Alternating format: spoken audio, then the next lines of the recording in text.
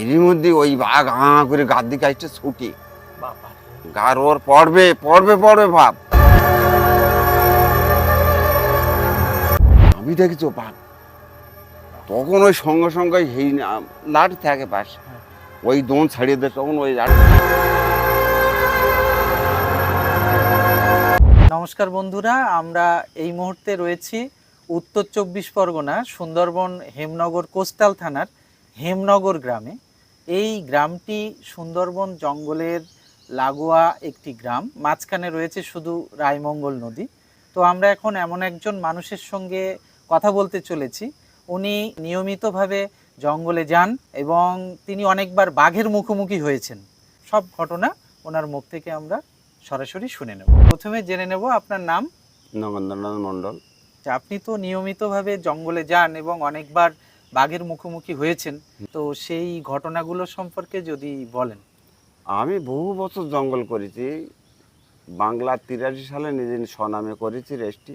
আচ্ছা, মানে আপনার নামে বিএলসি রয়েছে? আমার নামেই বেয়ালসি আছে। আমি এখান থেকে সোজা বেলা 10টা-11টার দিকে নৌকো ছাড়লাম। কটা নৌকো একসঙ্গে যাচ্ছেন? সেদিনকে আমরা একখানা নৌকো। কজন আছেন একসঙ্গে? 4 জন। মাছ ধরার কাজেই যাচ্ছেন? ওই মাছ ধরাই কাজ আমার, একান্ত আমি মাছ ধরি। বুড়ির ডাবুরে গেছি, বুড়ির ডাবুর বাড়ির থেকে হাফ ভাটার পথ, হাফ ভাটা তো লাগে না, গেছি মাজায় একদিন দন দিচ্ছি।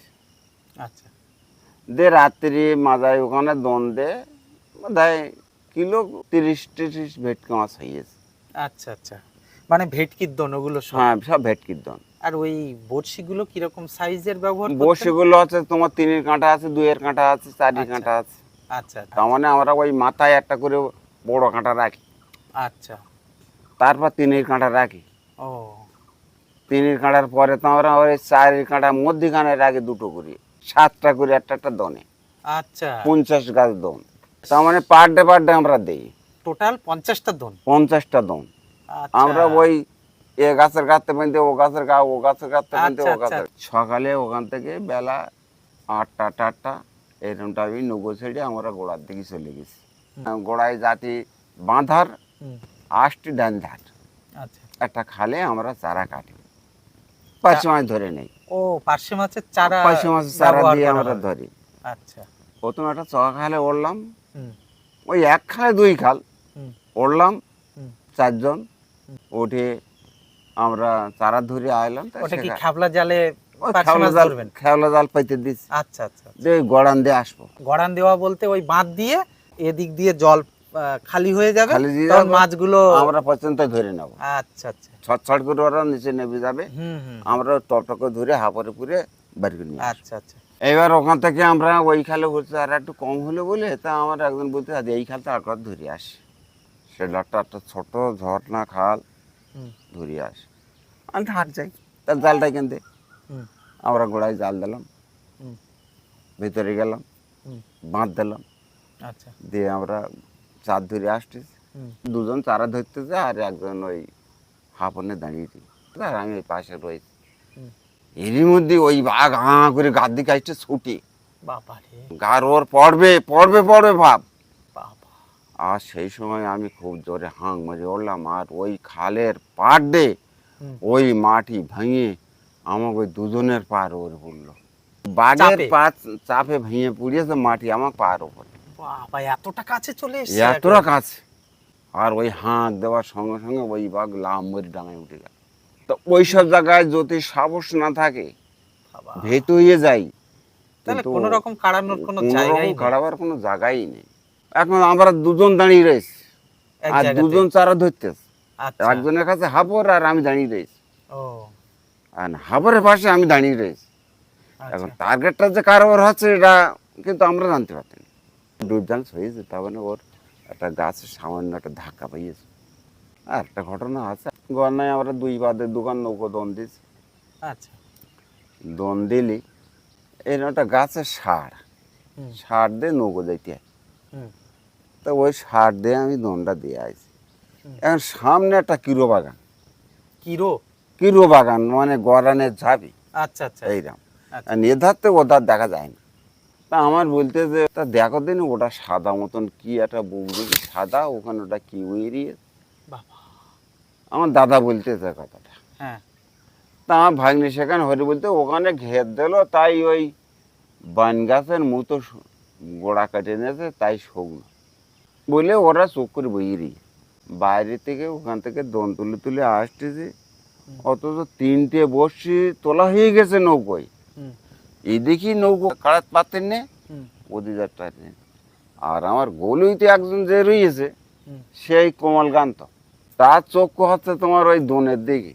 হুম। তার চক্ষু যদি পাহাড়ের দিকে একটু লক্ষ্য কর। হুম। এখন এই নদীর কানি হুম। আর এই ওই নদীতে চোখ রয়ে বেরিয়ে। বাহ, অথচ আমরা এদিক থেকে ওগো ওর বাঘের চক্ষু ওই পারে যে কজন লোক ওদের দিকে। ওদের দিকে নজর। ও আচ্ছা। আর ও যে আর ওখানে কিন্তু বই- আপনারা তো কাছে আরো, আর আমরা যে এদিক থেকে যাচ্ছি সেদিকে নজর নেই। ওর তত খেয়াল নেই। আচ্ছা আচ্ছা। ও যখন গলি কাড়িয়ে গেছে, হুম। কাড়িয়ে গিয়ে আমার চোখ ওই বাঁধ দেখি সবসময় রয়ে গেছে। এখন আমি দেখি তো বাঘ, বাহ। তখন ওই সঙ্গে সঙ্গে হেই লাঠি থাকে পাশে, হ্যাঁ। ওই দোন ছাড়িয়ে দেয়, তখন ওই লাঠি। বাঘ ওখানে লুকিয়েছিল মানে ও অত বড় শরীরটাকে কি মানে একেবারে ছোট করে না, নিতে ও পারে? ছোট করে নিতেই পারে, ঠিক আছে, শিকার যখন করে তখন ওরা ছোট করে নিয়ে আয়। ওরা এমনভাবে একটা লোকায়, ও চোখ উঠাচ্ছে ওই পারের দেখি, ওগো দেখি। হুম। কিন্তু আমরা যে আমরা কথা বলতে নেই, হুম। অস্তে আস্তে যে আমরা সুসুল করে ঢুকে যাচ্ছি, হুম। ও আমাকে দিয়ে খেয়াল করেনি। কিন্তু আমার লোক, গলুর লোক আগিয়ে গেছে। কিন্তু আমার যে আবার 3টে কাঁটা নৌকোয় তোলা, 7 কাঁটার দোন, আর হ্যাঁ। 2 কাঁটা 3 কাঁটা 4 কাঁটা সামনে রয়ে গেছে। হুম। হুম। ওই দোন থুই আমি যখন বাঁয় লক্ষ্য করেছি ওই কিরো গাছের ওই ধারে, হুম। তখন যে ও গাছের ওই ধারে বেরিয়ে, বাবা। তখন ওই লাঠি তুলে বলতো রে একে বাড়ি। আমরা যে হাঁক দিছি, ওরা ও পাতে হাঁক দিছে। আচ্ছা।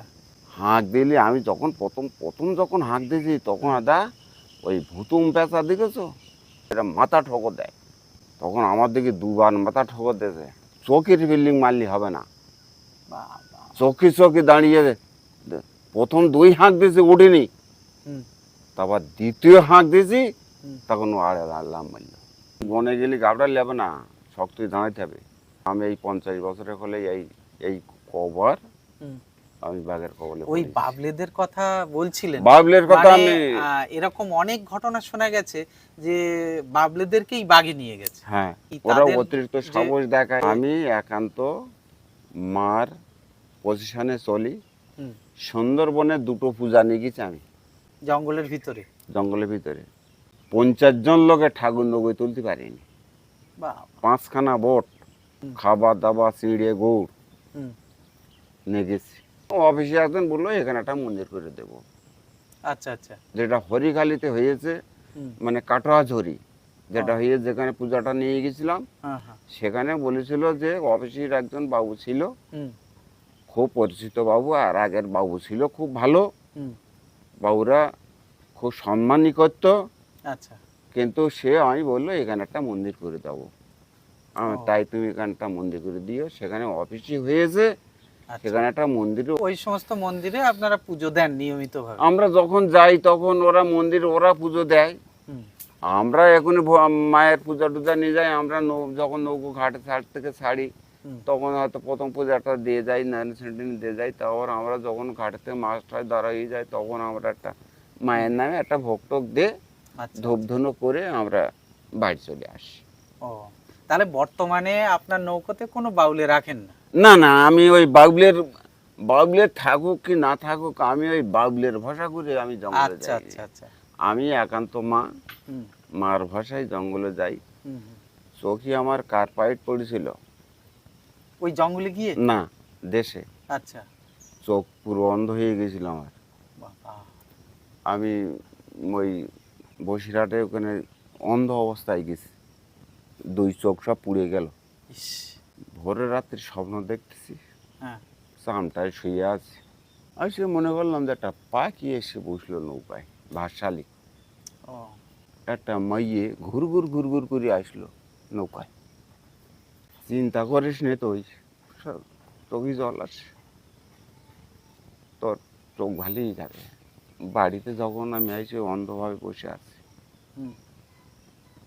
তাই আমি বললাম যে মায়ের চোখ জল ভাবি যাতে তোর না জঙ্গলে উপরি পূজা নিয়ে যাব 50 জন লোকে ঠাকুর তুলতে পারেনি নৌকায় দোকান নৌকো পাশাপাশি গিয়ে সেই নৌবনে গেলাম পূজা দিয়ে এলাম সেই বনে গিয়ে পূজা দিয়ে এলাম ওটা দিয়ে এলাম বুড়ির ডাবুর জঙ্গল খুব সুখীর জায়গা আমি জঙ্গল ছাড়া আমি জঙ্গলে গেলে আমার কোনো রোগ ব্যাধি অসুখ থাকে না এই তো 4 মাস 15 তারিখে 500 করে দিয়ে আসছি শিখেতে বাড়ি এসে আমার অস্বস্তি তার আগে আমার কোনো অস্বস্তি ছিল না মানে কাজের মধ্যে থাকলেই একদম তাতেই শান্তি। ও আগে মা আমার ফেট রেখে দেয় ও মন্তর বলো তন্তর বলো ও সবাই কিছু ওরা মানি নেয় ও যতই মন্তর করুক যা করুক করুক আমার কাজ আমি ওই মার নাম নেই 3 বার উঠি 3 বার মার স্মরণ করি মার মাটি নিয়ে মাথায় কপালে দেই তোর হাঁট তোর নিশ্চিন্তে হাঁট তো কোনো ভয় নেই।